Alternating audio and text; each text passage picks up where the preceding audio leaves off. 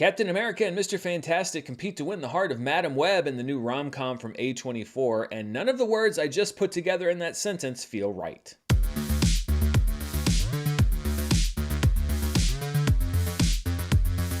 This video is brought to you by Factor. Go to factormeals.com/Murrell50off and use code Murrell50off to get a special offer, and stay tuned after the video for more info.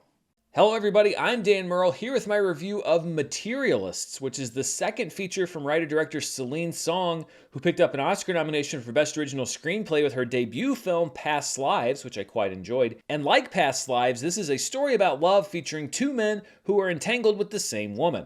Dakota Johnson stars as Lucy, a professional matchmaker who can set up her clients but not herself.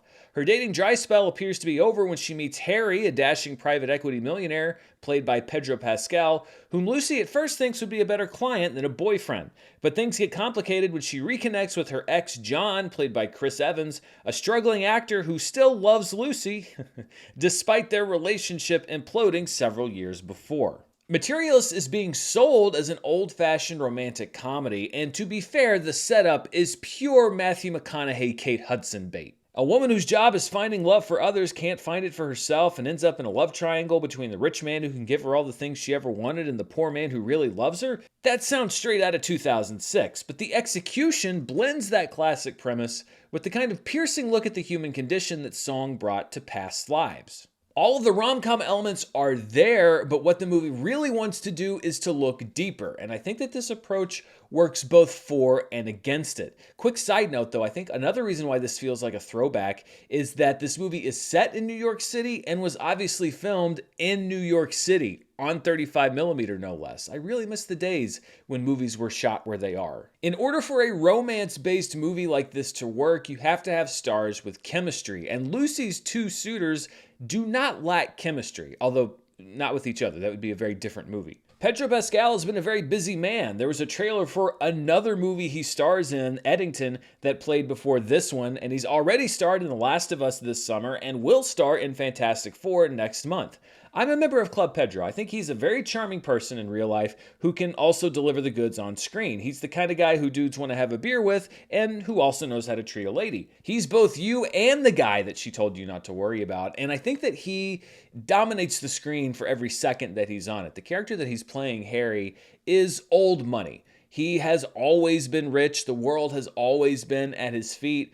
And what appeals to him about Lucy is that she isn't. He's looking for something new. He's looking for somebody who can teach him something, somebody who can challenge his worldviews. In a classic rom-com, Harry would be a real snob, the kind of rich guy who's nice to Lucy at first, but then reveals himself to be just another jerk, forcing Lucy to probably leave him at the altar and run back into John's arms to the music of, let's say Sabrina Carpenter. But Harry isn't that. He is rich, but his romance with Lucy is much more about quiet talks than arguments, as they examine each other's worldviews and insecurities. For a long time, it's unclear what either of them want, and that makes Harry much more interesting than the stock character he could have been. Chris Evans, you would think, might actually make more sense for Pedro Pascal's role on paper. I mean, you look at him on screen, he's literally Captain America. It might be hard to imagine thinking, oh yeah, I believe that this guy is a struggling actor in his late 30s who can't keep a woman and lives in a terrible apartment with two roommates. But to his credit, he can actually pull it off. I think all of his big budget roles have helped many people forget that he is actually quite a good actor, and he gives John a world weariness laced with eternal optimism that a lot of people can probably relate to, especially people with big dreams who have perhaps realized that the world may not deliver what they'd hoped. What makes this interesting is that both men could be a good match for Lucy for different reasons. And speaking of Lucy, we should probably talk about her because she is the focal point of the film.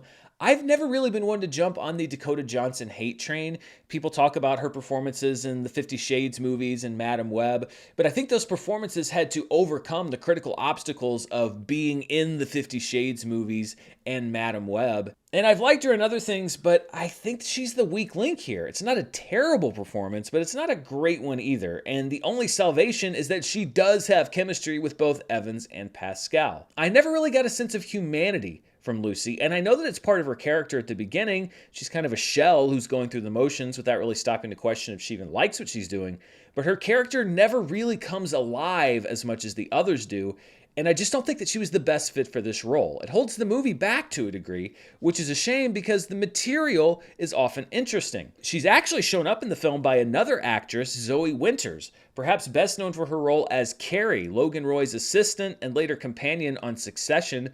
Winters plays Sophie, a client of Lucy's who's getting more desperate for love as the years pass, and her desperation leads her to some dark places in scenes that Winters absolutely nails. I think that she was the standout performance in the film, which is pretty impressive considering that she is a supporting character to 3 literal Marvel superheroes. What Celine Song is doing here is interesting. She's using the trappings of one of the most tried and true and predictable genres in Hollywood and doing a character study of each of these 3 leads instead of what you might expect. Pedro Pascal's character in particular is one that I thought I knew at first, but who surprised me more as the film went on. This isn't about the clean lines of love that we've seen a million times before, but like past lives, it's about these smudged lines when someone has legitimate connections with 2 people. It's a bold experiment that often works, but also sometimes falls flat. And I think the decision to market this movie to the more traditional romantic comedy crowd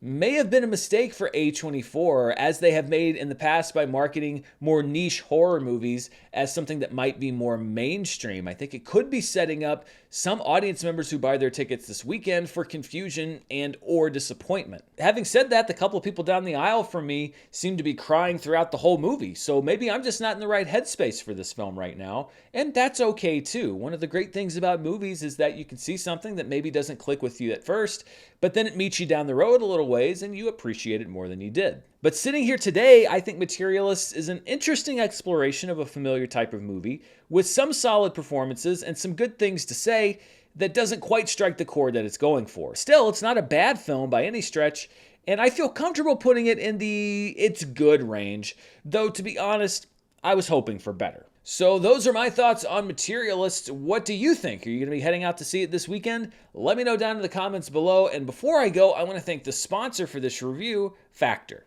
Think about all the things that you love doing during the summer. My guess is that spending a lot of time indoors cooking isn't one of them. You want to maximize all that summer sunshine, and it just got a lot easier with Factor. They deliver chef-crafted meals right to your door that are ready to eat in just 2 minutes. And we're not talking about a limited menu here. Every week, Factor offers 45 options that fit all of your goals, including choices like Calorie Smart, Protein Plus, Keto, and more. Factor also provides great breakfast, on-the-go lunches, premium dinners, and guilt-free snacks and desserts. This week, Factor has one of my favorite meals on the menu, a barbecue chicken breast with sweet potatoes. It's a meal that I probably wouldn't make for myself at home, but it's super easy to enjoy with Factor. And just the other day, I grabbed one of their green juices to start my day off right, and I'm planning to order some blueberry pancakes for one of those mornings where I want to start with something a little more substantial. Get started at factormeals.com/Murrell50off and use code Murrell50off to get 50% off plus free shipping on your first box. That's code Murrell50off at factormeals.com/Murrell50off for 50% off plus free shipping. Factormeals.com/Murrell50off. Thanks to Factor for sponsoring this review, and thank you for watching. Be sure to stay tuned right here. I'm going to have a review of The Life of Chuck, I think probably coming out later today, as well as the latest in movie news, reviews, box office, and more. Until next time, stay safe, and I'll see you then. Bye.